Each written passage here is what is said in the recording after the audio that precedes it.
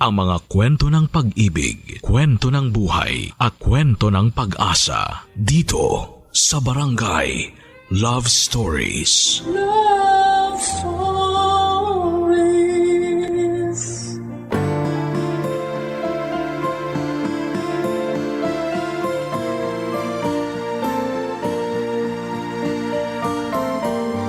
Importante na bago tayo pumasok sa isang relasyon, kilalanin muna natin ang taong gugustuhin nating makasama sa iisang bubong. Mahirap kasing magkamali at masaktan ng dahil sa pagmamadali. Ikaw kabarangay, meron ka bang tao na minamahal mo ng husto? Dear Papa Dudut, wala namang pinanganak na perpekto kaya alam ko na lahat tayo ay nakaranas na magkamali sa buhay. Nandun yung malulugmok tayo sa mga pagkakamaling yon.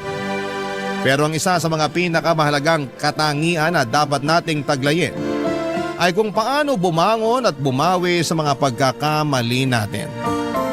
Lalo na kung meron tayong tao na nasaktan. Yun din ang isa sa mga aral sa buhay na itinuro sa akin ng namayapa kong lola na masasabi kong dala-dala ko pa rin hanggang sa pagtanda ko. Ako si RG, 32 years old at nagtatrabaho ako bilang IT consultant sa isang private company sa Taguig. Ulila na ako sa mga magulang sa batang edad at lumaki ako sa pangangalaga ng mapang-abuso kong tiyahin. Matapos mamatay ng lola ko na siyang unang kumupkup sa akin. Wala rin po akong kapatid kaya napakahirap para sa akin na solohin lahat ng lungkot at hinanakit galing sa mga taong naturingan pa namang kamag-anak ko. Naranasan kong utusan at ituring na parang hindi pamilya ng sarili kong kadugo. Kaya nga may bahagi sa aking pagkatao na kulang at naghahanap ng pagmamahal dahil hindi ko yon naranasan noong kabataan ko. Sa kabila ng lahat, Papa Dudut, ay meron pa rin namang tao na nagturing sa akin na parang tunay niyang anak bukod sa lola ko. At yon ay ang asawa ng tiyahin ko na noon ay nagtatrabaho sa ibang bansa. Siya rin ang nagpaaral sa akin kaya nakapagtapos ako ng kolehiyo.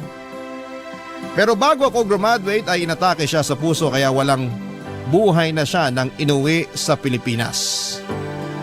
Sobrang lungkot ko noon dahil hindi man lang ako nakapagpasalamat ng personal sa taong hindi ko kadugo pero nagtrato sa akin ng mabuti.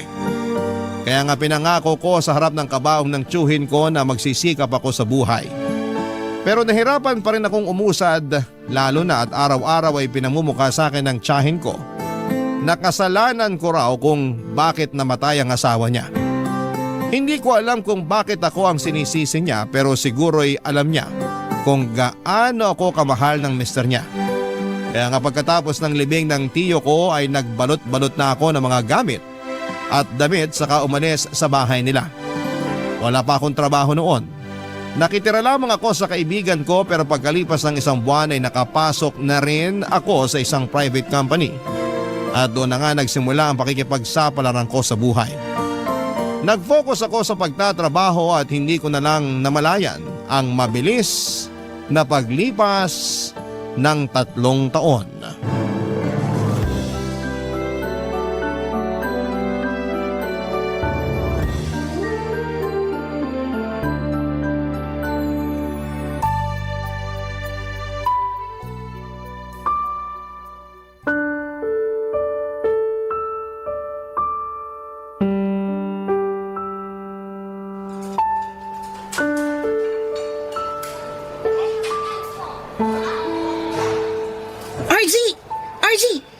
Dito ako nakapwesto. Hi. Hello. Upo ka muna. Sige. Richelle, right? Right. Don't tell me nakalimutan mo na ako. Parang kagabi lang. Inuuwi. Pwede ba? Huwag mo na nga sabihin yan. Bakit? Nahihiya ka? Totoo naman. Sarap na sarap ka pa nga habang hinahalikan ako. Grabe, napapapikit ka pa nga ng mga mata habang sinisip-sip yung balat ko. Please, ayoko nang alalahanin pa yun. Bakit mo ba kasi gustong makipagkita sa akin? ba yun? Siyempre kailangan mo kong panagutan. Ano ka mo? Panagutan? RG, ginalaw mo ko. May nangyari sa atin kagabi sa inuman ng katrabaho mo. Tapos kinabukasan lalayasan mo lang ako? Sa lagay, ganun na lang yun? Pero kasi... Linawin ko lang na hindi ako bayarang babae. Paano kita pananagutan? Buntis ka ba? Hindi ko alam, pero malay mo, nabuntis mo na pala ako. Ano ba kasing gusto mong mangyari? Paano kita pananagutan? Gusto ko lang naman na magsama na tayo sa iisang bubong. I've heard na mag-isa ka lang na nagre-rent ng apartment mo. Baka gusto mo magkaroon ng roommate. Nasisiraan ka na ba? Ayoko nga. Ni hindi nga kita girlfriend. Di sinasagot na kita ngayon. Ha? Sabi ko, sinasagot na kita ngayon. Kaya girlfriend mo na ako. Ngayon, pwede mo na ako ibahay. Ewan ko kung anong tinira mo para makapagsalita ka ng ganyan. Kung alukin mo ako na ibahay ka, para ka lang nagtitinda ng banana Q at turon pang merienda. Di hamak naman na mas masarap ako kaysa sa banana cute turon. Patunay nga dun yung reaksyon mo kagabi habang Please, wag mo nang ituloy, okay? Alam ko naman yun eh. Pero nagdadalawang isip lang ako sa gusto mong mangyari. Ni hindi pa nga natin kilala ang isa't isa tapos gusto mo na agad magsama tayo? Saka na lang natin kilalanin ng isa't isa kapag magkasama na tayo sa apartment mo. Ang mahalaga, nagkatikiman na tayo. Hindi ka ba talaga titigil? Inaasar lang kita, masyado ka namang pikon. Pero, seryoso, gusto ko na rin kasing maranasan magkaroon ng live-in partner kaya naisip ko na magsama na tayo. Bakit ikaw? Meron bang magagalit? May girlfriend ka ba o nagugustuhan? Wala ako pareho nun. Kaya nga, tayo na lang. Saka, alam ko naman na gusto mo rin. Ramdam ko yun. Nag-aalangan ka lang. Natural. Sobrang bilis kasi. Hindi kasi ako yung tipo ng babae na mahilig magpaligaw. Gusto ko live-in na kagad. Pangarap ko yun kaso di naman matupad-tupad. Kaya, iparanas mo na sa akin. Kung hindi tayo mag-workout, saka tayo maghiwalay. Kaya sige na, pumayag ka na. May trabaho naman ako, mag-aambag ako. Masipag ako sa bahay at masarap magluto. Pero, mas masarap ako sa kama. Ay, pwede bang pag-isipan ko muna? Sige, pero hanggang bukas lang. Ang iksi naman nun. Ay, mabagal ka lang magdesisyon kaya sana bilis-bilisan mo. So paano? Bukas ha? Umaasa ako na papayag ka para matikman mo ko ulit. Richel naman. Cute mo pala kapag namumula. Yan ang gusto ko. Papadudot na kilala ko si Richel sa isang inuman noong minsan akong sumama sa opisina ko na nag-birthday. Aaminin kong na love at first sight ako sa kanya kasi naman ay sobrang ganda niya.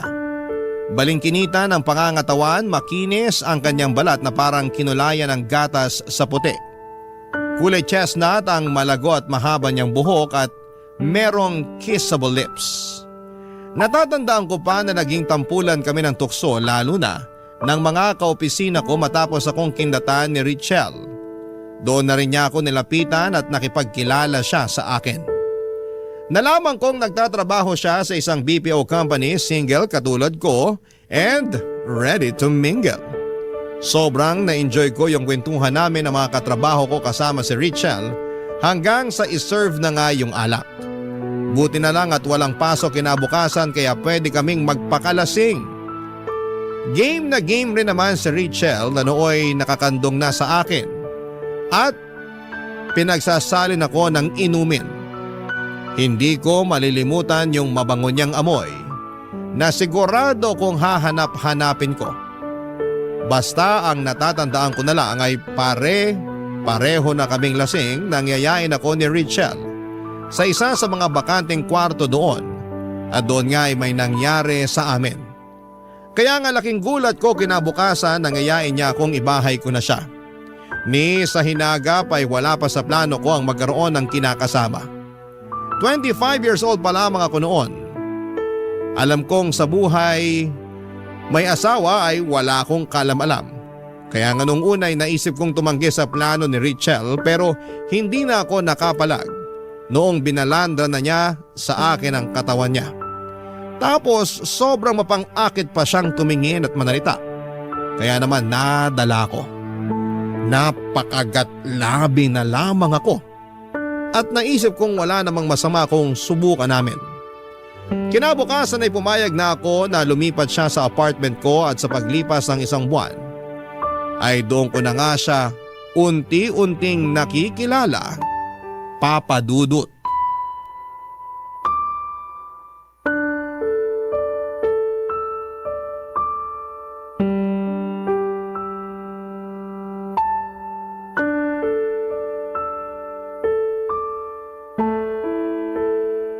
Pwede bang mag-usap tayo ng masinsinan, Richel?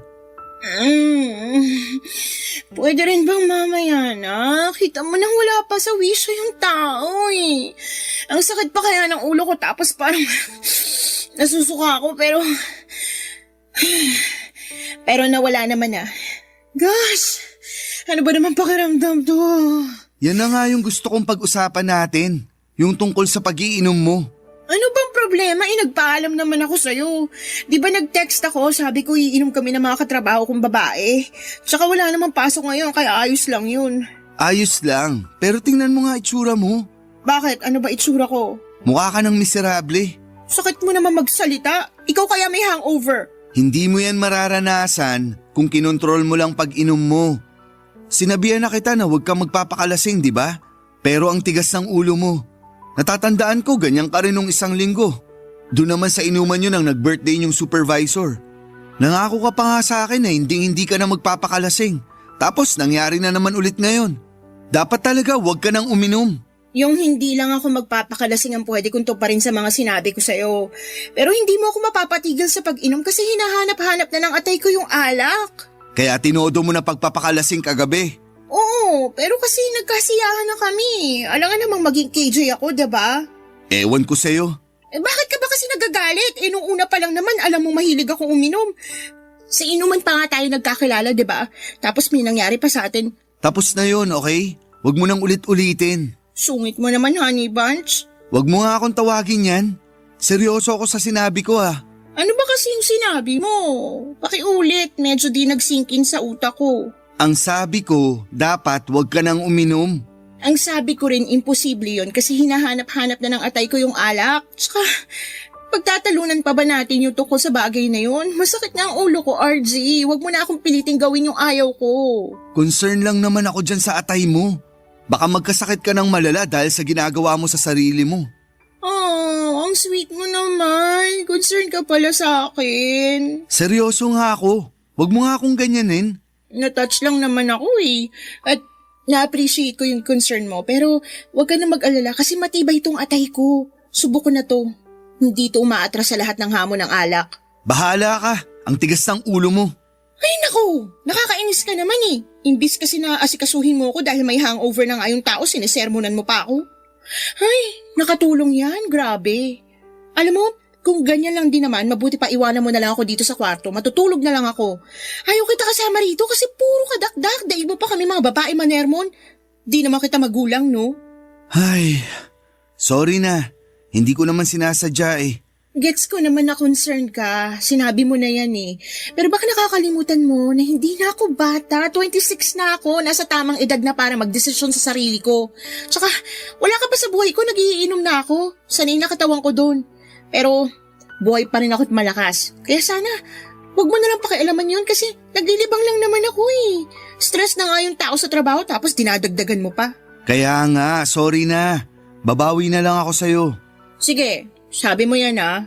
Oo. Ano bang gusto mong gawin ko? Gusto mo bang ipagluto kita ng makakain? Hindi, busog pa ako. Pero, gusto ko bili mo ako ng bag. May nakita ko sa online ang ganda. Tingnan mo, dali! Papa Dudo, tama naman si Richel nang sabihin niyang kinasanayan na niya ang pag-inom ng alak at hindi ko yon basta-basta mayaalis sa kanya. Lalo na at gawain na rin niya yun bago pa kami magkakilala.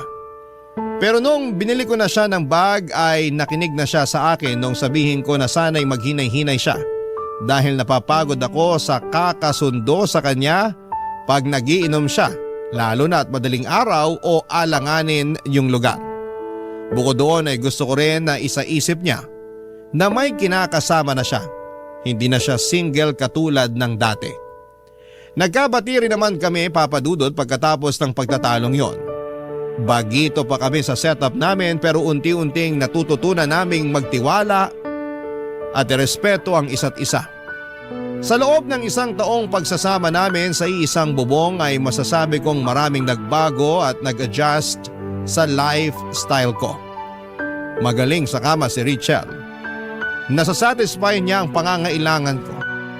Siguro kung may issue man kami ay tulad pa rin ng dati na naming pinagtatalunan. Walang iba kundi ang pag-iinom niya at pagiging party girl. Hindi ko mapigilang mag-alala lalo na at grabe siya kapag nalalasing.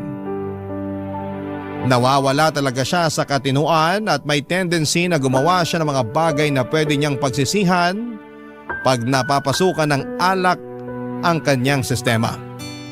Hindi ko makakalimutan yung nalasing siya isang beses at nagubad ng underwear noon sa inuman namin.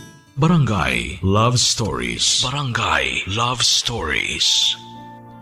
Papa Dudut, masasabi kong mas lumalim yung feelings ko para kay Richelle nang magsama na nga kami sa iisang bubong. Kaya naman binakurang ko na siya laban sa mga lalaking nagkakagusto at pumoporma sa kanya. Tulad ng sinabi ko ay maganda si Richelle at hindi talaga yon kumukupas at mas lalo pa siyang naging sexy sa paningin ko.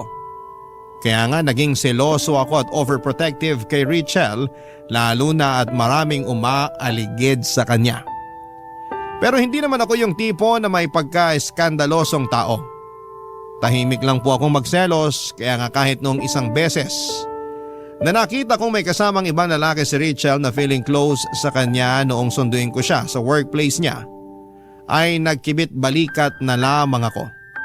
Inisip ko na lamang na baka bagong salta yon since hindi ako pamilyar sa mukha nito. Nakumpirma ko naman yon sa girlfriend ko nang ikinuwento niya na bago niyang trainee ang naturang lalaki. Lumipas nga mga araw ay napansin kong napapadalas ang pagsabay-sabay nila ng lalaking yon kapag lumalabas ng building kung nasaan ang opisina nila. Tapos naghihiwalay na lamang sila kapag nakikita na nila na nandun ako at nakaabang. May pagkakataon na nabad trip ako kaya sinamaan ko ng tingin ng lalaking yon. Bagay na kinainis ni Richelle nang mapansin niya. Nauwi pa nga sa pagtatalo ang tagpong yon pero kinabukasan ay nagkabati rin kami. Nagsorry ako at inaming may nangyari lang sa pinagtatrabahuhan ko na nakakainis. Kaya hindi ko sinasadyang naibunton yon sa kanya at sa trainee niya, Papa Dudut. Isang araw, nagkaroon kami ng 3 days seminar sa La Union. Kaya naman kinailangan kong umalis sa amin at iwanan pansamantala si Richelle. Sinabi niya sa akin na mami-miss niya ako. Kaya nangako ako na lagi kaming magvi-video call. Pero napaagang uwi ko at plano ko sanang sorpresahin siya. Bumili pa nga ako ng paborito niyang bulaklak at chocolate cake pero pagbukas ko ng pinto ng apartment namin, ako pala ang nasorpresa. Nahuli ko lang naman na may katalik siyang ibang lalaki, Papa Dudut.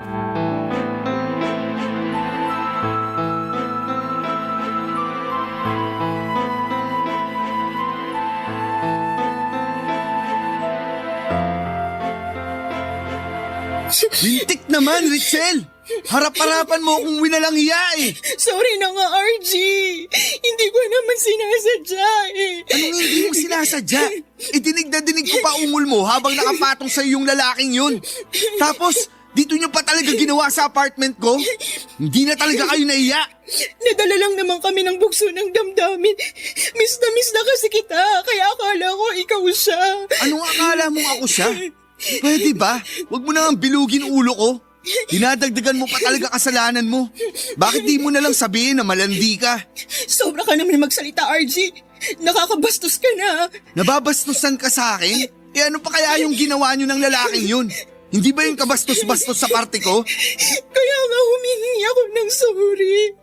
Tao lang nagkakamali. Ikaw ba perpekto? Hindi rin naman, diba?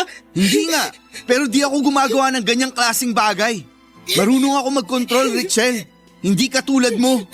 Nawala lang ako sandali. Nangati ka na bigla tapos nagpakamot ka na agad sa ibang lalaki. Magdahan-dahan ka sa pananalita mo. Bakit? Anong gagawin mo? Sasampalin mo ako? Sige, subukan mo. Hindi porke nagawa ko yung bagay na yun, masamang tao na ako. Ewan ko kung mahina ka lang umintindi o sadyang wala ka talagang utak eh.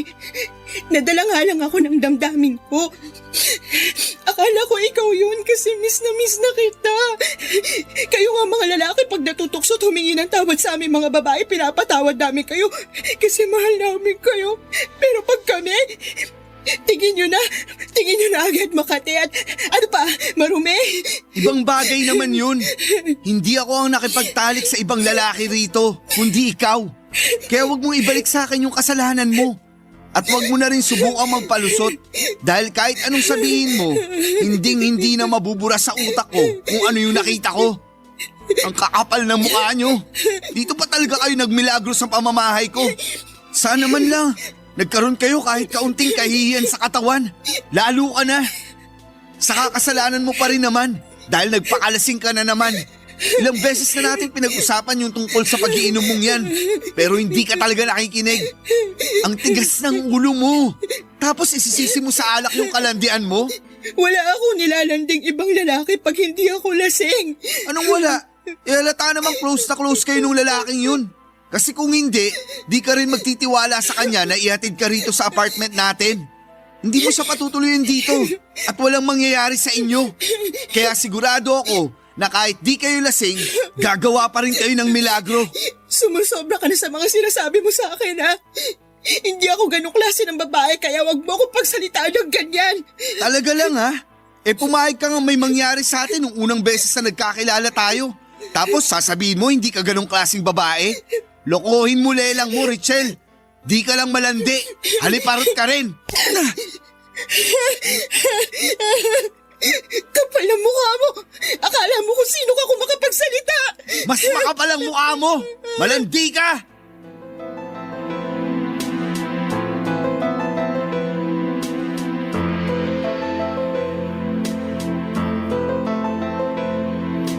Papadudot galit na galit ako kay Richelle at sa lalaking kasiping niya ng gabing yon na walang iba kundi ang trainee niya. Gulat na gulat silang pareho nang maaktuhan ko sila habang nakapatong sa GF ko ang lalaking yon bago ko siya dinambahan para suntukin at gulpihin.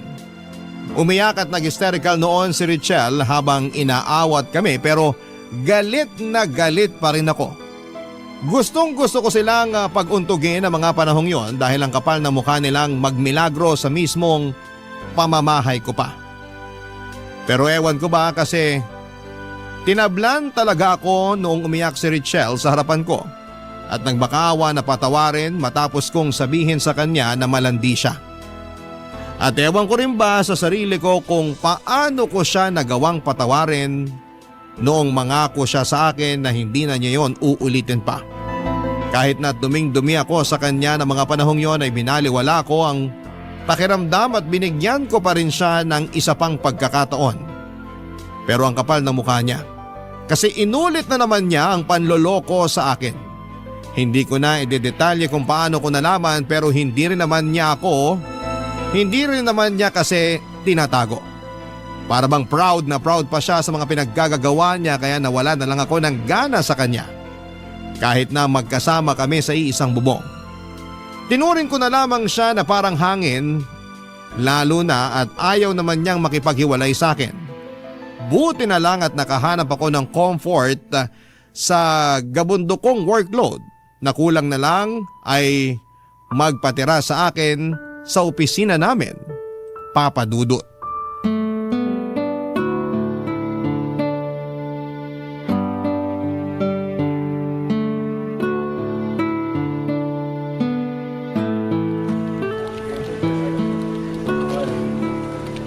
Hi, Sir RG.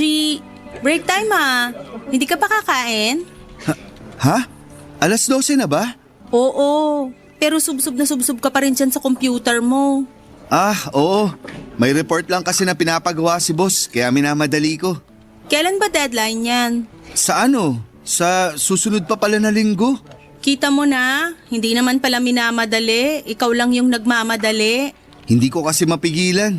Gusto kong tapusin na yung mga pinapagawa sa akin.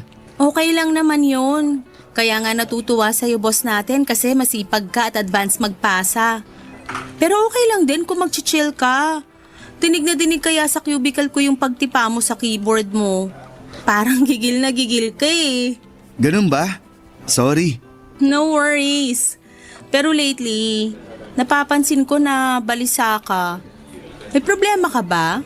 Wala namang tao na walang problema. Sa bagay. Pero kung ano man yan, gusto ko lang sabihin na pwede mong i-share sa akin. Willing ako makinig at good listener din ako. So huwag ka mag-hesitate. Thank you. Pero kaya ko pa naman. Talaga lang ha? Mukha ka na kayang pinagsakluban ng langit at lupa dyan. Ganun na ba ako kamiserable? Slight lang naman. Pero gwapo ka pa rin. Nako, kabago-bago mo pa lang pero bulera ka na. Hindi kita binobola. Nagsasabi lang ako ng totoo. Siguro di ka sanay na sinasabihan ng ganon, no? Oo, medyo. Ano bang dapat kong sabihin pag may nagsabi sa akin ng ganon? Madalas kasi natatameme na lang ako. Ang awkward tuloy. Madali lang yan. Pwede kang mag-thank you. Ganun lang kasimple? Oo naman. Siguro, ganun lang din sinasabi mo kapag sinasabihan kang maganda. Ha? Ang sabi ko, maganda ka, Lulu. Thank you. Oh, bakit bigla ka yatang nautal at namula dyan? Tingnan mo, singpula ng hinog na kamahatis yung mukha mo. Pwede ba wag mo nang ipagsigawan? Mamaya may makarinig pa eh. Asarin pa ako lalo.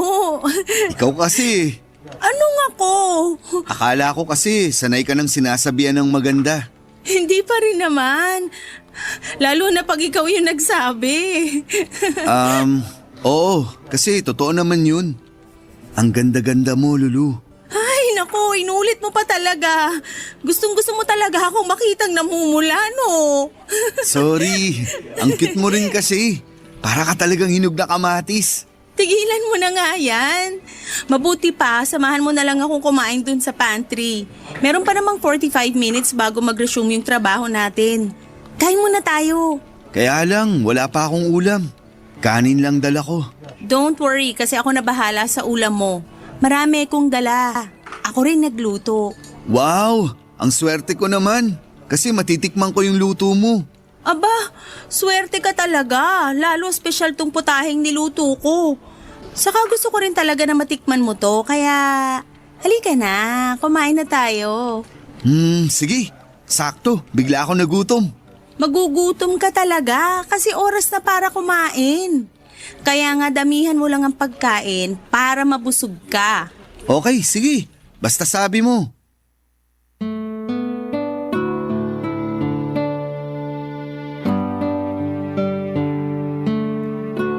Baguhan lamang sa team namin si Lulu pero aminado akong nakuha na niya kaagad ang atensyon ko, Papa Dudut.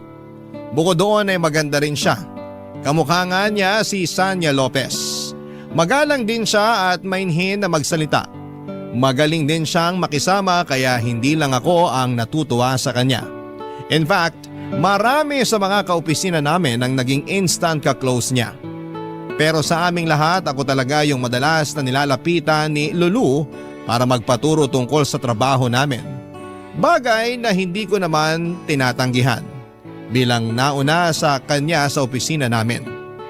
Kaya bilang ganti ay palagi na niya akong nilulutuan ng mga paborito niyang putahe na naging paborito ko na rin kinatagalan.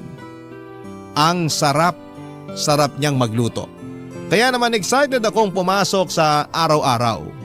Bukod doon ay unti-unti ko rin siyang nakilala sa mga kwentuhan namin during lunchtime. Aminin kong nagsimula na akong humanga kay Lulu, lalo na noong nalaman kong may tungkulin pala sa simbahan ng daddy niya. Kaya pala napaka-mainhin niyang kumilos at napakagalang manalita. At doon ko nga na-realize na malayong malayo siya sa kilos at sa pag-uugali ni Richelle Papa Dudut. Barangay Love Stories. Barangay Love Stories. Papa Dudut, mahal ko si Richelle, pero nang panahong yon ay unti-unti nang naaagaw ni Lulu ang atensyon ko. Suportado rin naman ang mga katrabaho ko ang pagiging malapit namin sa isa't isa dahil aware sila sa panloloko sa akin ng kinakasama ko. Sa katunayan ay nagsawa na sila sa kakapayo sa akin na makipaghiwalay na at huwag nang magpadala sa pagmamakaawa ni Richelle pag pinapaalis ko siya sa apartment. May nagsuggest pa nga na ipakaladkad ko siya sa mga tanod kapag nagmamatigas o di kaya ay ipablatter sa barangay. Pero hindi naman ako ganoon kasamang tao kaya hindi na yon aabot pa doon. Sa kabilang banda ay masaya ako sa closeness namin ni Lulu, Papa Dudut. Marami akong natutunan sa kanya tungkol sa buhay at sa ibang bagay na ginagawa niya outside our work. Doon nga ako nagsimulang mapaisip kung sakaling si Lulu ang unang nakilala ko kesa kay Richelle, baka nasa mas maayos na disposisyon ang buhay ko. Mas nai-enjoy ko yung mga bagay na noong ko pa lamang nadidiskubre at hindi ako nakukonsumi. Lumipas pa nga mga araw at ramdam ko na hindi na lang ako ang may nararamdaman sa aming dalawa, Papa Dudut. Alam ko na may feelings na rin sa akin si Lulu at isang araw ay kinumpirma ko ngayon mula sa kanya.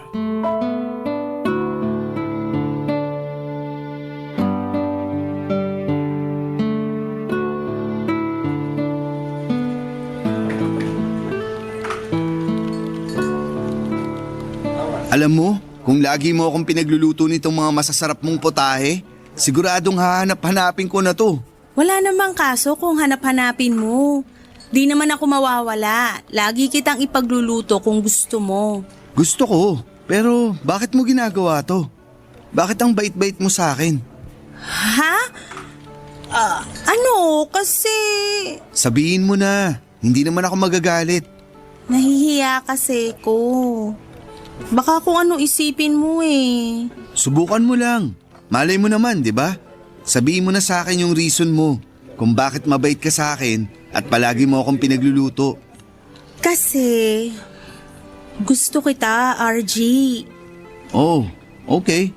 Nagsimula lang yun sa simpleng pagkakrush eh. Pero lumalim ng lumalim habang unti-unti kitang nakikilala. Gusto ko lang talagang magpapansin sa'yo kaya pinatikim kita ng luto ko. Pero di ko akalain na masasarapan ka, na magugustuhan mo, kaya naman natuwa talaga ako. Pero masarap naman kasi talaga yung luto mo at gustong gusto ko. Oo, kaya nga simula noon palagi na ako nagluluto ng ulam o di kaya dessert para sa'yo. Masaya ako kapag nakikita kitang kumakain, lalong-lalo na kapag masyado kang subsub sa trabaho. Worried talaga ako sa'yo noon kasi di ka man lang nagbe-break time. Naisip ko tuloy, may mabigat kang problema na pinagdadaanan kaya apektado yung gana mo sa pagkain. Meron, pero ayos na naman ako ngayon. Hindi na ganun kabigat yung problema ko. Talaga? Oo, at lahat ng yun ay dahil sa'yo. Ang totoo, pinagagaan mo ang bawat araw ko. Lagi na akong excited pumasok sa office kasi alam kong makikita kita at matitikman ko na naman luto mo. Kaya salamat kasi nandyan ka. Naku, wala yun. Tungkol naman dun sa sinabi mong gusto mo ako. Kalimutan mo na yun. Bakit naman? Nahihiya kasi ko. Wala namang nakakahiya dun. Lalo na't gusto rin naman kita. Ano? Gusto rin kita, Lulu. Hindi lang gusto. Mahal na nga yata kita eh. Seryoso ba yan? Baka nagbibiro ka lang Sabihin mo na para mapatawad pa kita sakaling prank lang yan. Hindi ako nagbibiro. Hindi to prank. Matagal na talaga kitang gusto. Hindi ko lang sinabi agad kasi nagdadalawang isip ako na baka merong magalit. Magalit? Oo, katulad ng boyfriend o manliligaw. Naku, wala ako nun. Saka kung meron man, hindi na ako titingin pa sa ibang lalaki. Kaso nga wala. Ikaw ba? Wala rin. Yun naman pala eh. What if ligawan kita? Pumapayag ka ba? Oo naman. Pero, what if wag na? Kasi ganun din naman yun. Anong ganun din naman yun? Sasagutin din naman kita, kaya i-advance na natin. Oo na agad ang sagot ko. Kung ganun, payag ka nang maging girlfriend ko? Oo, RG. Tayo na. Totoo ba yan? Hindi ako nananaginip ha? Hindi nga. Sige nga, kurutin mo ako. Okay, sabi mo eh. Aray ko! Oh, sabi mo kurutin kita. Oo nga. Ibig sabihin, totoo nga na girlfriend na kita. Hindi lang ako makapaniwala pero ang saya-saya ko, Lulu. I love you so much. Maniwala ka na kasi totoo yun. I love you so much din, RG. Pwede ba kitang halikan? Oo naman. Habang nasa lunch break pa sila. Papa Dudut, ang totoo ay may bahagi sa akin na gustong makiganti kay Richelle nang maging kami ni Lulu. Pero kinain ako ng konsensya ko dahil napakabait na tao ni Lulu. Hindi niya deserve na lokohin at pagmukaing tanga. Kaya naman sinabi ko sa sarili ko na kailangan kong gawin ang tama. Doon nabuo ang desisyon ko na tuluyan ng makipagkalas kay Richelle sa ayaw at sa gusto niya. Hindi niyo naman ako masisisi kung bakit nawala na ako ng amor sa kinakasama ko. Mali ko lang siguro ang pumayag akong maging kami ni Lulu kahit na magkasama pa rin kami ni Richelle sa isang bubong. Doon pa lang niloko ko na si Lulu dahil wala siyang kamalay-malay na in a relationship ako. Pero plano ko na talagang tapusin ang lahat sa amin ni Richelle. Kaya lang ay nagmatigas naman siya. Ayaw din niyang umalis sa apartment ko kaya ako na lamang ang umuuwi sa apartment ni Lulu para makasama siya. Kabado ako na baka malaman niya ang tungkol kay Richelle pero buti na lamang at wala namang nagkukwento sa kanya sa opisina namin na may kinakasama na ako. Siguro alam din nila na deserve ko si Lulu at hindi na kami in good terms ni Richelle. Anumang reason nila ay thankful ako dahil suportado nila ang relasyon namin ni Lulu, kaya lang ay totoo nga ang kasabihan na wala pong lihim na hindi nabubunyag.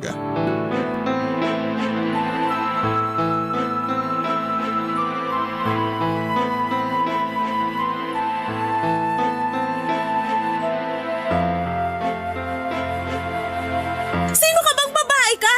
Paano ka nakapasok sa apartment ko? Tinatanong pa ba yon? Siyempre, di mo naman nilak yung pinto nung sinusundan ko tong si RG. Halika rito, di pa ako tapos sa'yo. Huwag na huwag mong sasaktan si Lulu, Richelle! At bakit hindi mga agaw yan? Ahas, malandi. Kilala mo yung babaeng yan, RG?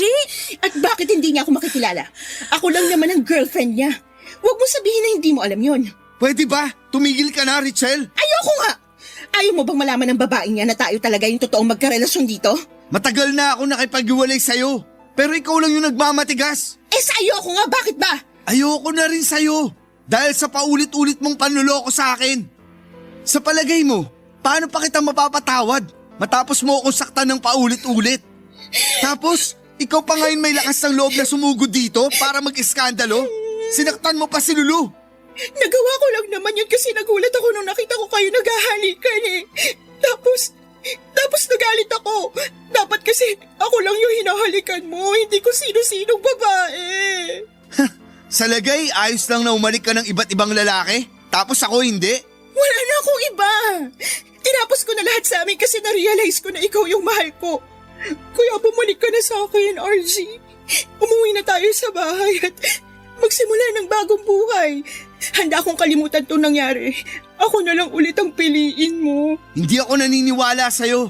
Kasi nuknukan ka ng sinungaling. Ayoko na rin magkabalikan tayo. Dahil may mahal na akong iba. At si Lulu yun. Ano bang meron ng babaeng to na wala ako? Di hamak naman na mas maganda ako sa kanya. Tingnan mo nga yan, mas sexy pa ako dyan eh. Sabihin mo na yung gusto mong sabihin. Pero si Lulu ang pinipili ko. Kaya pwede ba? Simulan mo na mag-impake ng mga damit at gamit mo. Para makalayas ka na sa apartment ko. Palalayasin mo ko? Saan ako pupunta? Hindi ko alam. Problema ko pa ba yun? Pero walang-wala na ako, RG. Wala na akong pera. Tapos malapit na rin akong tanggalin sa trabaho kasi basta, Kaya please, nagmamakaawa ako, huwag mo ako paalisin. Hindi mo na ako madadala sa pagpapaawa mo. Hindi na rin ako maniniwala sa mga sinasabi mo. Isa lang ang gusto kong mangyari ngayon. Yun ang tapusin na ang lahat sa atin. Hindi na kita mahal. Si Lulu na ang mahal ko. Eh di magsama kayong dalawa. Kala mo siguro magmamakaawa ko sa'yo, pues nagkakamali ka.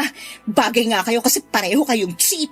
Umalis ka na sa pamamahay ko bago pa kita ipapulis! Hindi mo na kailangan gawin yun kasi kusa akong rarampa palabas ng pangit mong apartment. Mga linti kayo. Lulu, nasaktan ka. Ano bang hinihintay mo? Lumayas ka na rin sa apartment ko! Lulu, please. Magpapaliwanag ako. Hindi ko kailangan ng paliwanag mo dahil isa ka ring nuknukan ng sinungaling. Di ba tinanong kita kung merong magagalit pag naging tayo? Sabi mo wala. Kaya nagtiwala ako sa'yo pero biglang-bigla na lang may baliw na babaeng susugod sa apartment ko at mananakit sa akin. Pasalamat siya hindi ko siya pinabarangay pero pag bumalik pa siya dito, ipapadambot ko na siya. Pasensya ka na. Natakot lang naman ako sa magiging reaksyon mo kaya di ko na sinabi sa'yo. Mas matakot ka sa pwede kong gawin sa'yo kung hindi ka pa aalis sa harapan ko. Papa Dudut, wala akong nagawa ng araw na yon, kundi ang umalis sa apartment ni Lulu. Gulong-gulo ang isipan ko at mas lalo akong kinain ng konsensya nang marinig ko ang iyak niya pagkalabas ko ng pinto. Gusto ko sanang pumasok ulit para i-comfort siya pero alam ko na hindi yon makakatulong sa sitwasyon namin. Galit na galit sa akin si Lulu dahil sa pagsisinungaling ko tungkol sa totoong status ng relasyon namin ni Richelle. Kasalanan ko naman kasi dapat ay tinapos ko muna ang lahat sa amin bago ko pumasok sa panibagong pakikipagrelasyon. Kaya nga wala akong ibang sinisisi noon kundi ang sarili ko. Nang umuwi ako sa apartment ko ng araw ding yon ay naabutan ko pang nag-iimpake ng mga gamit at damit niya si Richelle. Matapos noon ay walang imik siyang umalis at naiwan akong nag-iisa sa 4 na sulok ng apartment ko. Napasalampak na lamang ako sa sahig habang sinasabunutan ang aking sarili. Hindi ko na rin napigilang umiyak ng mga panahong yon, Papa Dudut. Mahal na mahal ko si Lulu kaya ako nasasaktan ng husto. Pero alam kong mas nasaktan ko siya. Kaya nga kinabukasan ay sinubukan ko ulit siyang kausapin noong nagkita kami sa opisina. Pero hindi na siya tulad ng dati kung makitungo sa akin. Ramdam kong may distansya na at kung kausapin niya ako ay puro tungkol na lamang sa trabaho. Labis akong nalugmok ng mga panahong yon habang pinagsisisihan ang kasalanang nagawa ko sa kanya, Papa Dudut. Pero isang araw ay kinausap na lamang niya ako at humingi siya ng tawad dahil nagawa niya akong tiisin. Nagkaiyakan kami at nagkapatawaran, Papa Dudut. Si Lulu kasi yung klase ng babae na hindi mapagtanim ng galit. Marami akong sinabi sa kanya at marami rin siyang sinabi sa akin. Sa huli nagkasundo kaming maghiwalay at maging mabuting magkaibigan na lamang, Papa Dudut. Pero mabuti ang Diyos, lalo na sa mga taong lubos na nagsisisi sa mga kasalanang nagawa nila. Kasi pagkaraan ng 4 na buwan ay hindi nawala ang feelings namin ni Lulu para sa isa't isa. Unti-unti kaming nagkalapit lalo na nung nagsimula na akong umattend sa mga gathering ng simbahan nila. Doon ko rin nakilala ang mga magulang niya at ang buong pamilya niya. Hindi nga nagtagal ay nagkaaminan kami ng feelings ni Lulu at doon namin nakumpirma na mahal pa rin namin ang isa't isa. At doon na ulit namin sinimulan ang panibagong pahina ng aming pag-iibigan. Sa kasalukuyan, Papa Dudut, ay kasal na kami ni Lulu at pinagbubuntis na niya ang first baby namin. Walang pagsidla ng kasiyahan ko dahil nakilala ko na ang babaeng iniharap ko sa altar na siya ring makakasama kong bumuo ng aming pamilya. Mahal na mahal ko si Lulu at siya ang dahilan kung bakit kompleto na ang pagkatao ko. Siya ang rason, Papa Dudut, kung bakit naranasan ko ng mahalin ng totoo at buong buo. Kaya naman pinapangako ko sa asawa ko na iingatan ko ang sumpaan namin sa altar, anuman ang mangyari at hanggang sa pagtanda namin. Hanggang dito na lamang po ang sulat ko at maraming salamat po Papa Dudut sakaling mapili po ninyong i-ere ang istorya namin ni Lulu sa Barangay Love Stories. Pareho rin po kaming avid listener ng inyong programa. God bless and more power sa inyong istasyon. Ang inyong forever kapuso at kabarangay, RG. Barangay Love Stories. Barangay Love Stories. Ako, gigil na gigil talaga ako sa nangyayari sa kwento natin. O ikaw, kabarangay, kumukulo rin ba dugo mo? Pwede kang mag-iwan ng comment sa ating comment section. Nagustuhan ng iyong napakinggan? Ituloy yan via live stream sa www.gmanetwork.com/radio. Barangay LS 97.1 forever. Ang mga kwento ng pag-ibig, kwento ng buhay at kwento ng pag-asa dito sa Barangay Love Stories. Love stories. Panapanahon ang buhay. Minsan tag-araw at minsan naman ay tag-ulan. Pero pagkatapos ng ulan ay luminitaw ang baghari na siyang simbolo ng pag-asa. Ikaw kabarangay, gaano ka kahanda sa mga pagsubok na pwede mong pagdaanan sa buhay na ito? Dear Papa Dudut, noong bata ako ay madalas kapag umuulan ay nalulungkot ako. Hindi kasi ako noon makalabas para makapaglaro pero palaging sinasabi ng mama ko na biyaya ang ulan sa mga natutuyong halaman at lupa. Kaya naman habang tumatanda ako ay sinaisip ko na hindi palaging malungkot tuwing tag-ulan. Parang sa buhay lang ng tao, panapanahon. Minsan maaraw at minsan naman ay maulan. Bago ko ipagpatuloy ang kwento ng buhay ko ay gusto ko munang bumati ng isang maganda at mapagpalang araw sa ating mga kabarangay na nandyan sa Pilipinas. Itago niyo na lamang ako sa pangalang Raquel. 33 years old at sa ngayon ay dito na naninirahan sa India kasama ang aking Indian husband at aming mga anak. Taong 2024 lang kami nag-migrate dito pero sa Pilipinas isinilang ang mga anak namin. Nagtatrabaho po bilang engineer ang Mr. ko rito at isa naman akong housewife. Pero ang ikukwento ko sa inyo ay yung buhay ko sa Pilipinas noong mga panahong bago mag-pandemic. Bali taga-Pasig kami ng mama ko at pagtitinda ng ulam ang kinabubuhay naming mag-ina, Papa Dudut.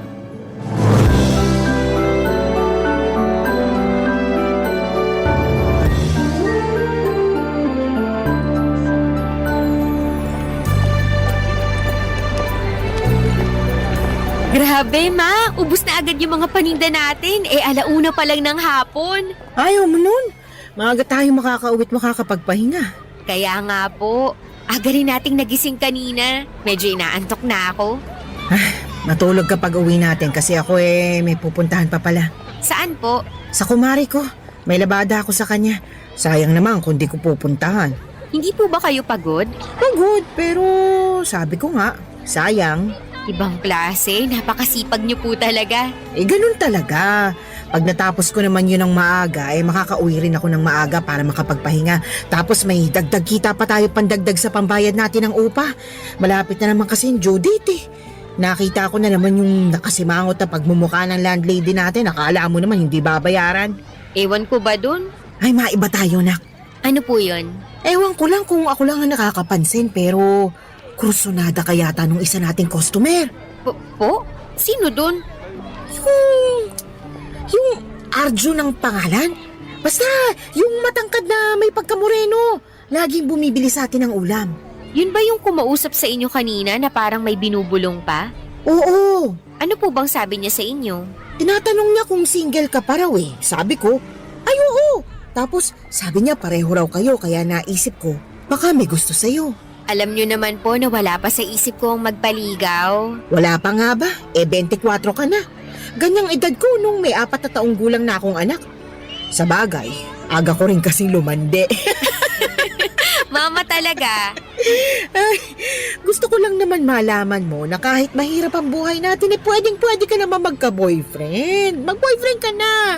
Nasa tamang edad ka na rin naman. Tsaka, masarap kayang umibig. Bakit po kayo hindi na ulit pumasok sa relasyon pagkatapos iwan ni Papa? Ay, syempre, natuon ang atensyon ko sa pagpapakananay at pagpapakatatay sa'yo. Hindi ko na naisip makipagrelasyon. Eh ngayon po ba, hindi nyo naiisip? Hindi na. Pinaglipasan na ako ng panahon. 44 pa lang naman po kayo, may asim pa. Kahit na. Ayoko nang dumampot ng bato na ipupukpok ko sa ulo ko. Sapat na yung ginawa ng tatay mong damuho para madala ako. Ayoko na ng sakit sa ulo. Sobra naman po kayo sa sakit ng ulo. Tapos gusto nyo ako mag-boyfriend? Eh syempre, magkaibang tao naman tayo. Hindi porke sawi ang buhay pag-ibig ko magiging sawi na rin yung sayo. Kaya nga kako, subukan mo rin mag-boyfriend. Mukha namang okay yung Arjun na yun. Mabait, magalang, may itsura rin naman, kaya makipagkilala ka. Sige po, susubukan ko kapag sinipag ako. Ay nako, gusto mo yatang tumandang dalaga eh. Bata pa po ako. Oo nga, pero mabilis lang naman tumanda ang tao. Tsaka kailan mo planong i-enjoy ang buhay pag-ibig mo kapag uugod-ugod ka na? Pambihira. Kaya nga kung ako sa'yo, subukan mo namang magpaligaw. Basta, syempre, kilalanin mo muna ng masinsinan yung manliligaw mo para hindi ka matulad sa akin. Bakit po? Hindi nyo ba muna kinilala si Papa? Oo, at yon ang pinakamalaking pagkakamali ko sa buhay. Pero mabuti na lang nagkaroon kami ng anak at ikaw yun. Sabi ko nun sa sarili ko, ikaw ang tama sa lahat ng maling nagawa ko. Kaya nga kahit iniwan tayo ng magaling mong papa, hindi ako pinanghinaan ng loob at nawala ng pag-asa na kakayanin ko ang pagtataguyod sa'yo. Papadudot, wala na po akong tatay dahil nasa sinapupunan pa lamang ako ni mama ay naglaho na raw ito na parang bula. In short ay nakisama raw sa ibang babae. Kaya naman wala akong kinamulatang ama pero alam kong ginawa ng nanay ko ang lahat ng makakaya niya upang itaguyod ako. Kaya nga mahal na mahal ko ang mama ko ng higit kanino man sa mundo. Pareho kaming masiyahin, malakas tumawa at dinadaan sa biro ang mga problema. Sa ganong paraan ay nababawasan ang hirap na mga dalahin namin sa buhay. Hindi na ako nakatungtong noon sa college pagka-graduate ko ng high school dahil sa hirap ng buhay. Nakikitara lamang kami ni mama noong araw sa matapobre naming kamag-anak na nasa Cainta, Rizal. Bago kami nag-decide na umalis at mangupahan na lamang sa Pasig. Malayong pinsa ni mama ang tinirhan namin doon at nag-aambag naman kami pambili ng pagkain at pambayad ng bills. Masipag din naman ako sa mga gawaing bahay pero hindi talaga umubra ang pagsasama namin kaya umalis na lamang kami at namuhay na malayo sa kanila, papadudot. Noong nakapangutang si mama ng pampuhunan ay nagtinda kami ng mga ulam sa tapat ng isang pabrika. 24 years old ako noong niligawan ni Arjun. Isang factory worker na sinasabi ng mama ko na kursonada ako. Na-in love rin naman ako sa kanya hanggang sa nag-decide kami na magsama sa iisang bubong matapos akong mabuntis. Ayoko pa sanang iwan ang mama ko ng mag-isa sa inuupahan namin pero siya ang nagpaalis sa akin dahil hindi raw dapat nakikisama sa kanyang magulang ang isang anak na mayroon ng sariling pamilya. Kaya wala na akong nagawa kundi ang makipag-live-in kay Arjun at tumira kami noon sa Cubao. Pero gusto ko lang linawin na maayos ang relasyon namin ni mama sa isa't isa. Bali, biruan lang namin yung pagpapalis niya sa akin, papadudot.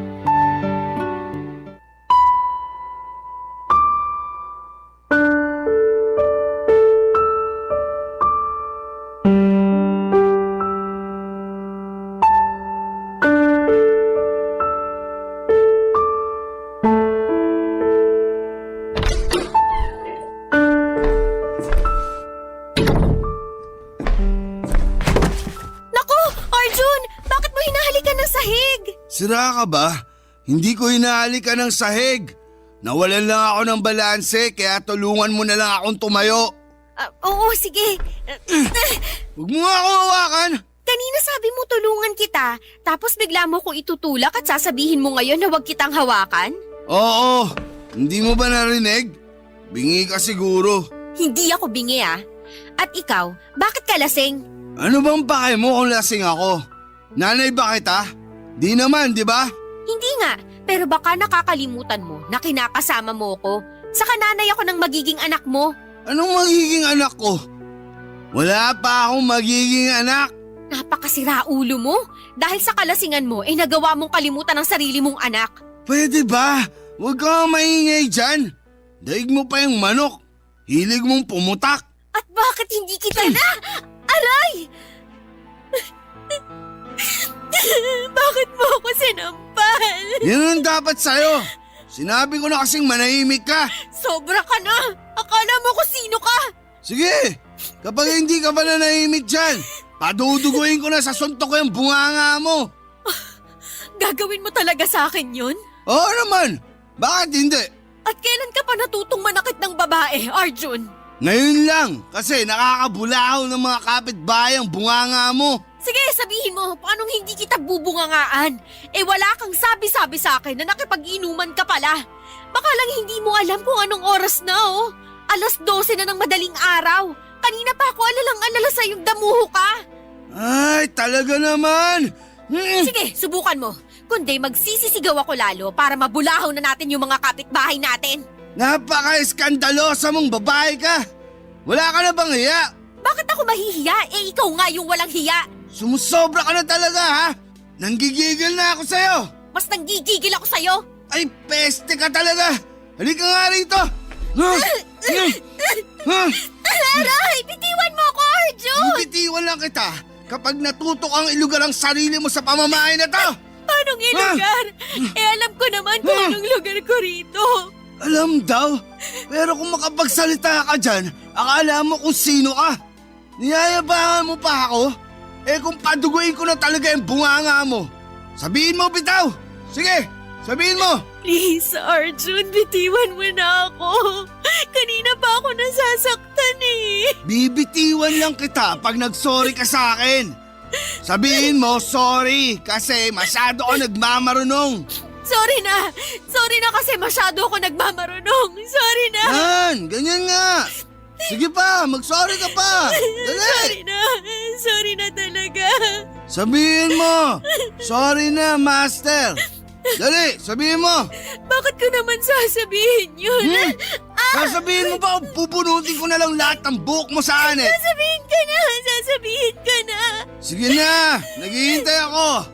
Sorry na, Master. Patawarin niya na ako.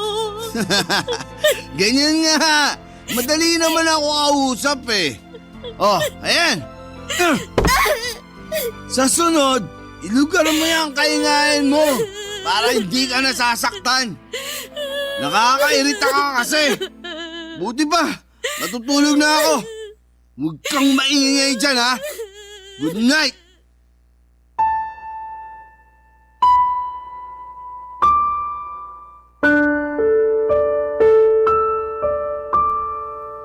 Papadudot, hindi ko na lamang namalayan na mabilis na palang lumipas ang 5 buwan. At sa loob ng mga panahong yon hanggang noong bago ako pinisikal ni Arjun ay maayos naman ang pagsasama namin. Pero napansin ko na mainitin talaga ang ulo niya tapos gusto niyang nasusunod palagi. Kaya nga noong sinabi niyang pumirmi ako sa bahay namin at intindihin ko na lamang daw ang pagbubuntis ko ay yon ang ginawa ko. Kaso hindi ko po akalain na darating kami sa punto na mapagbubuhatan niya ako ng kamay. Kahit naman masayahin akong tao at positibo sa buhay, ay marunong pa rin akong masaktan. Nagsorry rin naman sa akin si Arjun kinabukasan at sinabi niyang nadala lang daw siya ng kanyang emosyon. Papadudot, pinatawad ko siya at pinagsabihan na huwag na niyang ulitin ang pananakit niya sa akin. Hindi ko rin po siya sinumbong sa mama ko dahil ayaw kong masira ang imahe niya bilang kinakasama ko at tatay ng magiging anak namin, Papa Dudut. Barangay Love Stories. Barangay Love Stories. Papa Dudut, lahat tayo ay nakagagawa ng katangahan at kabobohan sa buhay. Hindi po yon maiiwasan dahil tayo ay tao lamang. May kasabihan nga na charge it to experience. Na ang ibig sabihin ay matuto tayo mula sa mga pagkakamali natin sa buhay at magsilbi na lamang aral sa atin ang masasalimuot na karanasan na ating pinagdadaanan. Pero ang masasabi ko lang ay napakalaking katangahan na pinatawad ko si Arjun dahil umasa akong hindi na niya uulitin ang pananakit sa akin. Pero mali ako dahil sa tuwing nalalasing siya, napipikon o nagagalit sa maliliit na bagay ay para bang may switch button sa utak niya na bigla na lamang pumipitig para makapanakit. At lahat ng yon ay natiis ko hanggang sa sumabit ang kabuwanan ko sa pagbubuntis. Ewan, super tanga na lang talaga siguro ako ng mga panahong yon. Dahil hinayaan ko si Arjun na pagbuhatan ako ng kamay kahit na pinagbubuntis ko ang aming anak.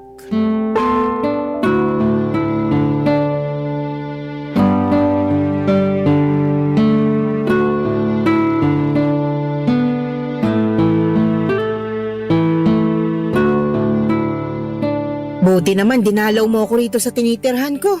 Inip na ako rito. Lalo ilang araw na akong di nakakapagtinta gawa na nagkasakit ako.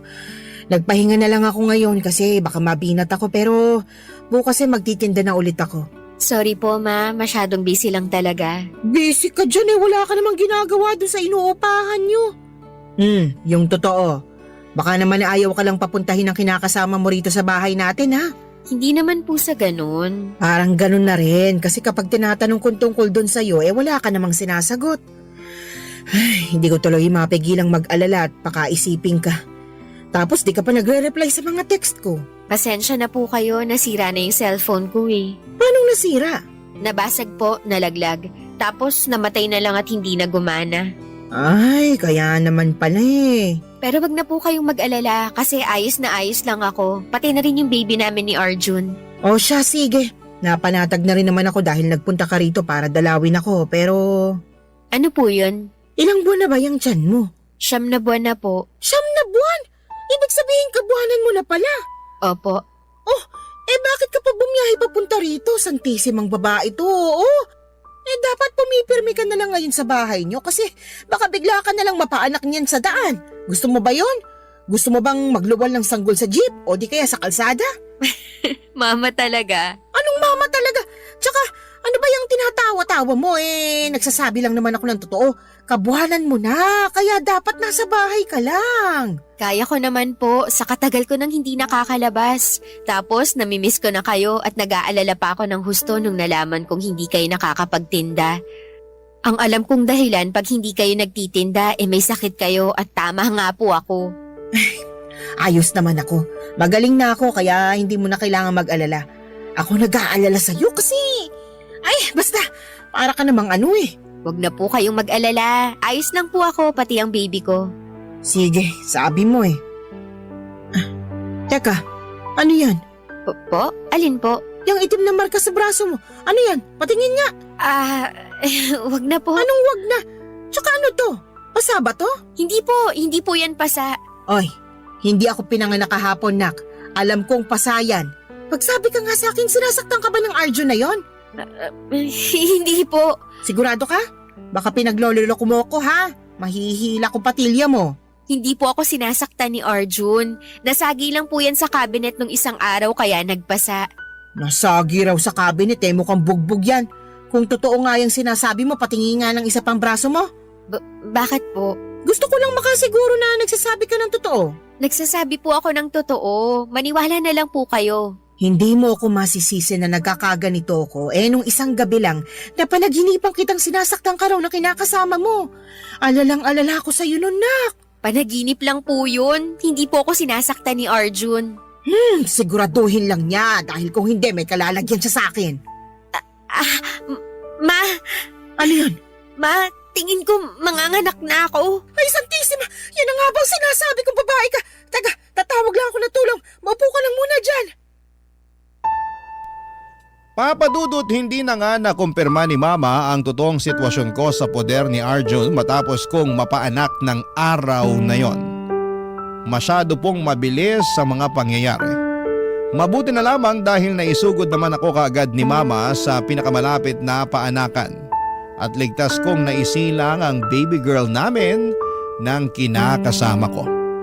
Dali-dali ring dumating si Arjun sa ospital matapos siyang tawagan ni Mama at kitang-kita ko pa ang pag-aalala sa kanyang mga mata. Tuwang-tuwa rin ang kinakasama ko noong nakita na niya ang aming anak. Hinalikan pa nga niya ako sa noo at nagpasalamat sa akin dahil ginawa ko raw siyang tatay. Siyempre, lumambot ang puso ko sa ginawa niyang yon at naisip ko na maaaring simula na yon ang pagbabago niya at pagiging mabuting ama at kinakasama sa amin ang kanyang anak. Nangako rin naman sa akin si Arjun na hindi na niya ako sasaktan. Pero mabilis na nagdaan ang 2 buwan ay napako lang ang kanyang pangako, Papa Dudut.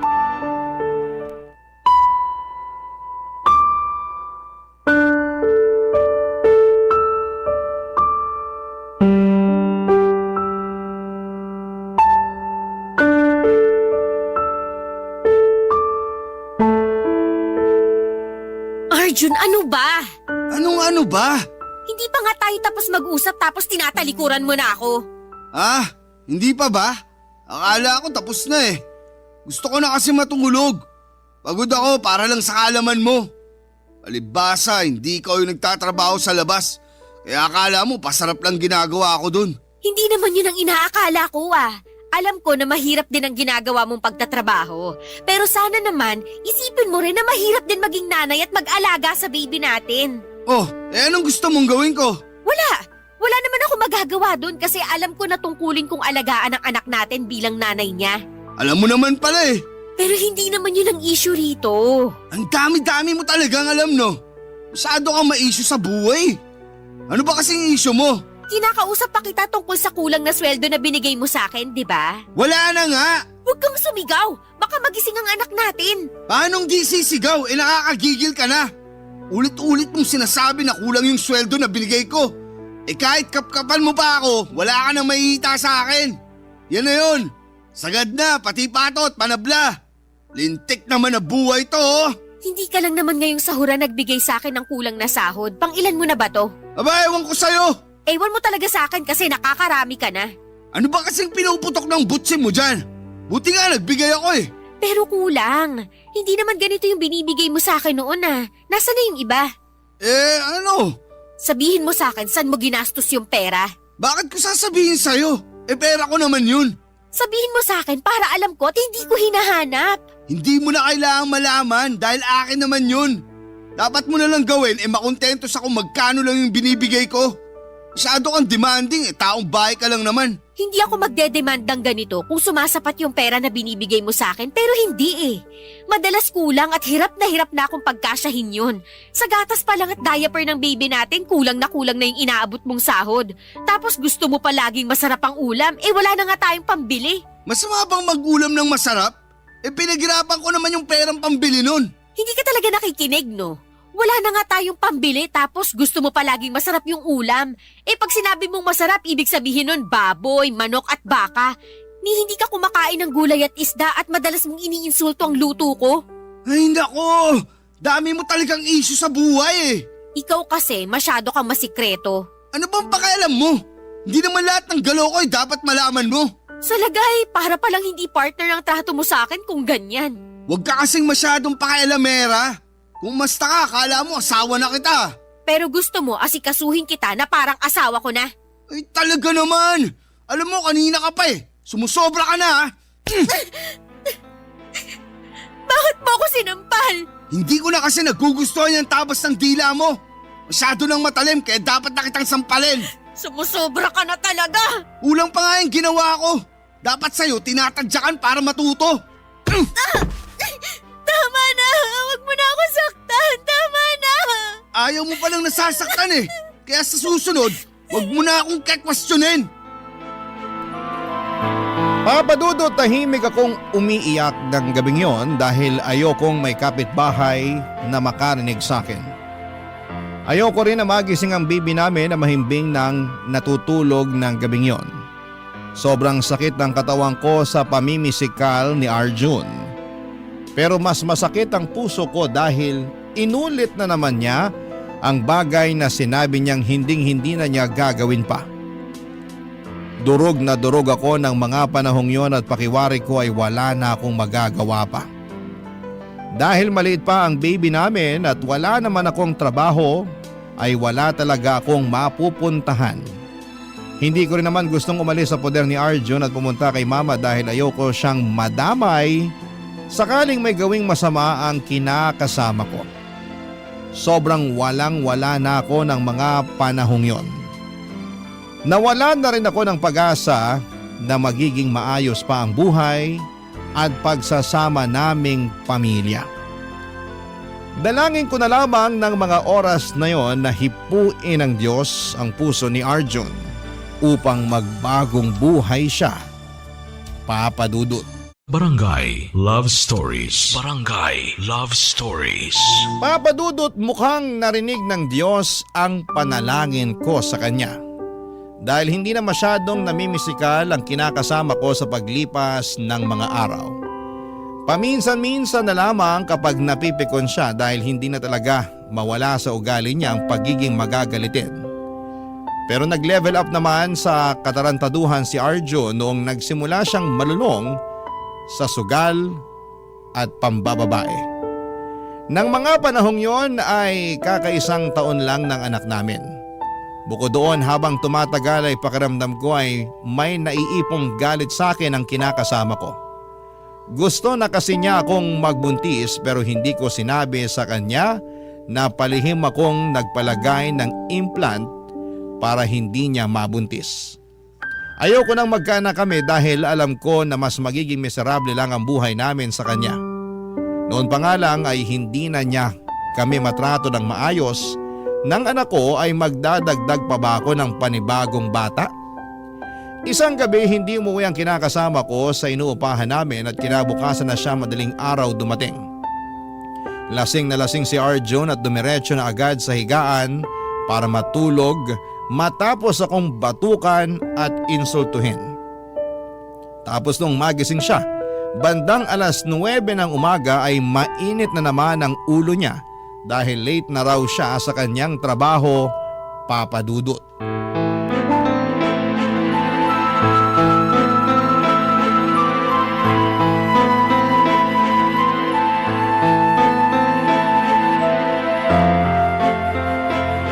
Anak naman ang tuknene. Raquel! Alas 9 na pala ng umaga. Bakit hindi mo ako ginising kanina? Pwede ba? Huwag kang sumigaw. Nakita mong tulog pa anak natin eh. Buti sana kung ikaw magpapatahan dyan pag umiyak hindi mo nga malaro ng matagal yung anak natin. Aray ko! Aga-aga mo na naman nagbubunga nga ha? Halika rito! Kakalbuhin na kita talaga! Inaano ba kita? Bakit mo ako sinasabunutan? Nakakabalas na yung pagmukha mo sa kayang pagyayaw mo sa akin! Wala naman akong ginagawa sa'yo ah. Ikaw yung bagong gising dyan tapos naninigaw na agad. Paano di ako maninigaw? Hindi mo nga ako ginising kanina. Di tuloy ako nakapasok sa trabaho. Sayang yung araw. Hindi ko nakasalanan kung hindi ka nakapasok sa trabaho. Saka nung hindi ginising, nakailang sabi ako sa'yo noon tapos niyugyug pa kita pero tulog mantika ka. Ah, ganun ha? Sige, bubunutin ko na talaga pang buhok mo sa akin para magtanda ka. Tama na, parang awa mo na. Wala na akong awa, lalo na sa katulad mo. Anak! Mama? Ano ka ba? Ano pong ginagawa mo rito? Sira ulo ka! Bakit mo sinasabunutan ng anak ko? Bakit niyo naman po ako binatukan? Kulang pa yan dahil sa pananakit mo sa anak ko. Sabihin mo, nak, bakit niyo sinasabunutan? Hindi ko po alam. Basta na lang po siya nagalit sa akin. Wala naman po akong ginagawa sa kanya. Anong walang ginagawa? Ang aga-aga, nagbubunga ka dyan. Paano hindi kita bubungangaan? Nakakainis ka na! Kahit nabungangaan ka pa nitong anak ko, wala ka pa rin karapatan na saktan siya. Napakasira ulo mo! Ganito palang ginagawa mo sa anak ko! Mabuti pa, wag na po kayo makialam dito. Problema na po namin to ng anak nyo. Hindi ko kayo pakikialaman kung hindi mo sinasaktan ang anak ko! Nak, sabihin mo, ngayon ka lang ba sinaktan ng lalaking yan? Sabihin mo kay mama dali! Hindi po. Maraming beses na po niya akong sinaktan. Simula pa lang nung pinagbubuntis ko yung anak namin, nananakit na po siya, Ma. Bakit kasi ngayon mo lang sinabi sa akin? Sana noon pa lang nailayo na kita sa kanya. Natakot po kasi ako. Saka nangako naman po si Arjun na magbabago na eh. Kaya lang, napako lang po yung pangako niyang yun. Sinubukan ko namang tuparin yung pangako ko sa'yo ah. Kaso anong magagawa ko kung nakakapikon ka na minsan? Anong nakakapikon ako minsan? Ang sabihin mo, mabilis ka lang talagang mapikon at magalit. Tapos kasunod na nun yung pananakit mo sa akin. Sapat na yung dahilan para may kalagyang kang lalaki ka. Sobra ka na sa ginagawa mo sa anak ko. Humanda ka sa akin. Ano pong gagawin niyo sa akin? Tinatanong pa ba yan? Eh di irereklamo kita para makulong ka. Napakakapal ng pagmumukha mong saktan ng anak ko. Ay mag-isa ko lang yung tinaguyod ng araw. Pinakaiingatan ko yan. Halos hindi ko na pinadatapuan sa lamok. Tapos ikaw, pipisikalin mo lang. Sinasabi ko na nga ba na yung nakita kong pasa niya nung buntis pa lang siya sa anak mo, hindi talaga galing sa aksidente, kundi mayroong bumugbog sa kanya. Nakakagalit lang at nakakasama ng loob bilang magulang ang ginawa mo sa anak ko, kaya dapat mo tong panagutan.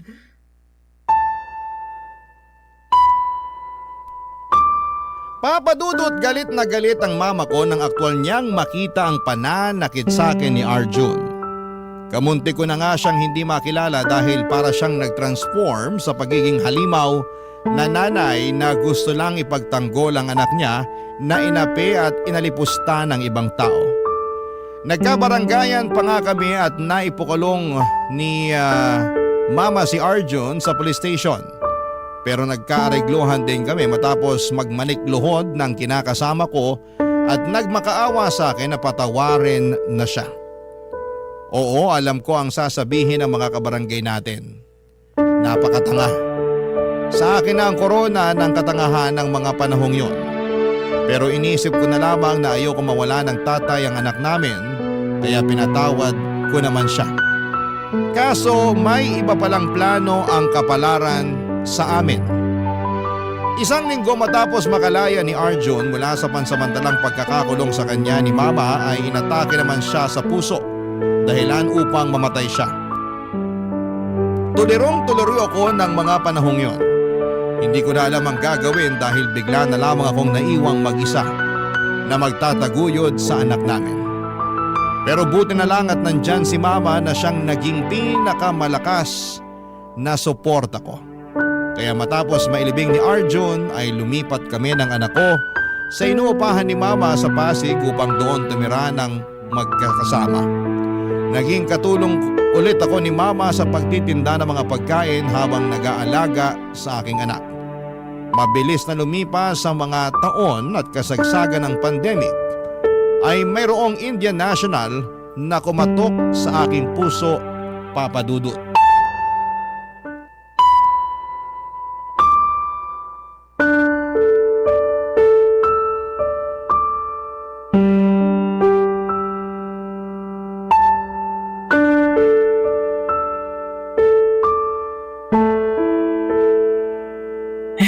Alam mo, marami akong napagtanto ngayong dumadaan ng buong mundo sa pandemyang ito.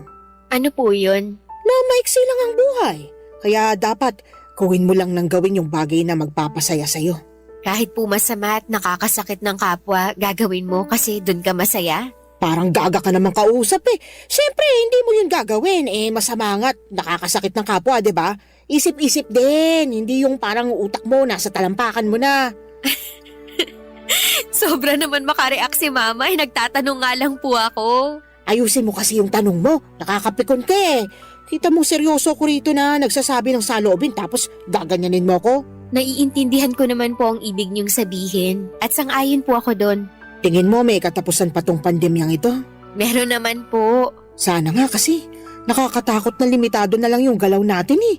Saka tingnan mo, wala tayong pinagkakakitaan. Naniniwala naman po ako na magiging maayos ang lahat at unti-unti ibabalik yung dati.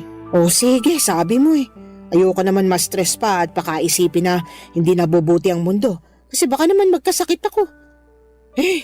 Nakakatakot pa naman magkasakit sa panahon ngayon. Baka mamaya i-quarantine ka bigla. Hindi po mangyayari yun. Kalma lang po kayo. Kalmado na ako. Ay, maiba tayo. Kumusta kayo nung sinasabi mong Indian National na kachat mo? Ayos lang naman po. Nagugustuhan ka na ba niya? Hindi ko po alam pero nung unang beses na nag-usap kami, niyaya niya na agad ako magpakasal. Ganun ba talaga ang mga Indian? Ang bibilis. Baka kasi nakita niya sa'yo yung pagiging wife material kaya ganun. O anong sinabi mo? Sabi ko ayoko kasi wala naman sa plano ko ang pagpapakasal. Matapos nung pinagdaanan ko kay Arjun, ewan ko na lang kung hindi pa ako matakot na kumilala ulit ng panibagong lalaki. Tapos Indian pa to, hindi pa taga rito. Mababait naman ang mga Indian ah. May kaibigan akong Indian, maayos sila kausap at matitino. Yung iba pa nga sa kanila nakapangasawa ng Pinay. Pero natatakot pa rin po ako, saka ano? komplikado po ang relasyon namin kasi sinabi ko na sa kanya na may anak ako sa una kong kinasama. O anong sagot niya? Hindi raw po niya ako matatanggap kasi paniniwala nila dapat walang anak sa ibang lalaki ang babae na mapapangasawa nila. Sabi ko ayos lang naman sa akin kung hindi niya ako tanggapin dahil may anak na ako. Ayaw ko na rin sa kanya. Ay, ganun ba yun? Hindi ka nasaktan? Nasaktan, pero hindi ko naman siya mapipilit na tanggapin ako. Saka ayoko na ako lang yung tanggapin niya. Dapat tanggapin niya rin ang anak ko dahil anak ko yun eh. Sa akin ang galing yun at hindi ko ipagpapalit sa kung sino mang lalaki ang anak ko. Hindi baling tumanda kung walang kasama sa buhay katulad niyo, ma. Ay, nadamay pa ako bigla. Totoo naman po, di ba? Totoo naman yun. At tama rin naman ang mga sinabi mo. Wag na wag mong ipagpapalit ang anak mo sa kung sino mang lalaki sa mundo dahil yung mga yan, marami yan. Pwedeng palitan, pwedeng iwanan. Pero yung anak mo, iisa lang yan. Basta, ang focus ko na lang sa ngayon ang anak ko. Gusto kong magsumika para mabigyan siya ng maayos na buhay sa hinaharap. Gusto kong patunayan na kahit mag-isa lang ako na nagtataguyod sa kanya, kayang-kaya ko. Hindi ka naman mag-isa kasi kasama mo ko. Opo, ma. Salamat po kasi nandyan kayo sa tabi ko. Walang anuman. Saka, sino-sino bang magtutulungan? Tayo-tayo rin naman. Basta, magsikap ka lang sa buhay. Ako nang bahala dito sa anak mo. Alam mo naman na mahal ko tong apo ko eh. At hanggat malakas pa ako, aalagaan ko siya sa abot ng makakaya ko. Salamat po ulit. Maraming salamat po. Papadudot malaki ang pasasalamat ko sa mama ko dahil hindi niya kami iniwan ng anak ko, lalo na noong mga panahong kailangan namin siya. At magpasa hanggang ngayon ay nananatili pa rin ang suporta at pagmamahal niya sa amin kahit na narito na kami sa India.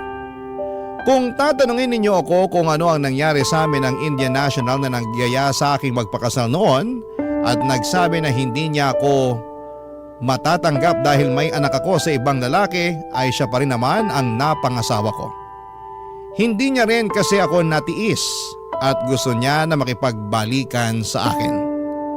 Pero hindi naman magkaibigan ang turingan namin sa isa't isa, doon niya pinagtapat na gusto niya pa rin akong mapangasawa. Tapos nagpunta siya noon sa Pilipinas nang bumalik na ang operasyon ng mga eroplano. Pinakilala ko siya kay mama at sa anak ko at masaya ako dahil naka-close niya kaagad ang 2 taon na malapit sa puso ko. Lumipas ang 1 taon ay pumayag na ako magpakasal sa kanya doon sa India nang ako naman ang bumisita sa bansa nila para makilala ang kanyang pamilya at nagkaroon kami ng 1 anak na dito ko sa Pilipinas isinilang. Hindi nagtagal ay tuluyan na nga kaming nag-migrate sa India kasama ang buong pamilya ko. Si mama naman ay dumadalaw-dalaw sa akin dito kaya hindi ko nararamdaman na malayo kami sa isa't isa. Sa kasalukuyan ay nagpapasalamat ako ng husto sa may kapal dahil binigay niya ang isang matino, responsable, malumanay, magsalita at hindi nananakit na lalaki. Bukod doon ay mabuting ama rin siya sa aming mga anak. Masasabi ko na kahit masakit ang pinagdaanan ko noong araw sa dati kong kinakasama, ay maligaya naman ang aking puso ngayon na natupad na ang mga pangarap ko magkaroon ng pamilyang magmamahal at mamamayani ang pagmamahal sa bawat isa. Hanggang dito na lamang po ang sulat ko, Papa Dudut. Sana po'y kinapulutan ng aral at inspirasyon ng mga kabarangay natin ang kwento ng buhay ko. More power and God bless po sa inyong programa sa Barangay Love Stories. Ang inyong forever kapuso at kabarangay, Raquel. Kwentuhan naman tayo dito sa comment section.